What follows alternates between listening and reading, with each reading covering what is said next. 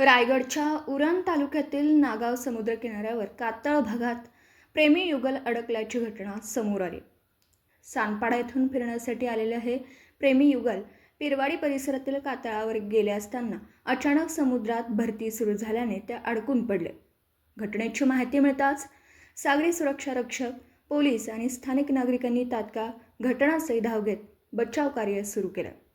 अथक प्रयत्नानंतर दोघांना सुरक्षितपणे किनाऱ्यावर आणण्यात यश आलं। कोणत्या बोटीने जायचं होतं? मालदार, पीएमपी, अजिंठा काय बोलतो? कोणत्या बोटीने फोटो आले तुम्ही?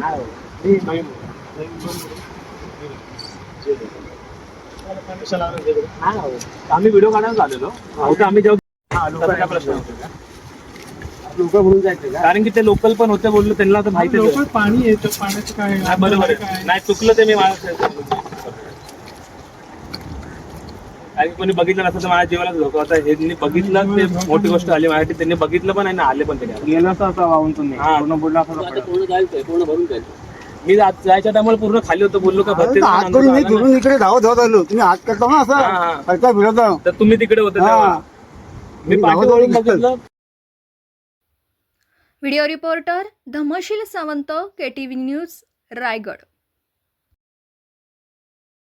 आपल्या परिसरातील बातम्या आमच्यापर्यंत पोहोचवण्यासाठी स्क्रीनवर दिलेल्या क्रमांकावर संपर्क साधू शकता। दूरध्वनी क्रमांक 9833235011। त्याचप्रमाणे अधिक माहितीसाठी स्क्रीनवर दिलेल्या KTV न्यूजच्या ईमेल आयडी वर देखील संपर्क करता येईल।